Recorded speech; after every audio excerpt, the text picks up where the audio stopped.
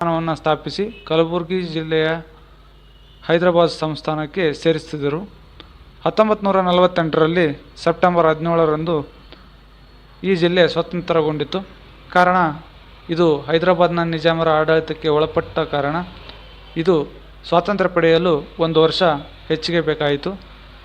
ಈ ಹೈದರಾಬಾದ್ ನಿಜಾಮರಿಂದ ಸ್ವಾತಂತ್ರ್ಯ ಹೋರಾಟಕ್ಕೆ ಇಲ್ಲಿನ ಜನರ ಅನೇಕ ಪಾತ್ರವಿದೆ. ಇಲ್ಲಿನ ಜನರ ಆಹಾರ ಪದ್ಧತಿಯನ್ನು ನೋಡೋದಾದರೆ ಜೋಳದ ರೊಟ್ಟಿ, ಶೇಂಗಾಯ ಚಟ್ನಿ ಹಾಗೂ ತರಕಾರಿಗಳಿಂದ ಮಾಡಿದ ಪಲ್ಯಗಳನ್ನು ಬಳಸುತ್ತಾರೆ.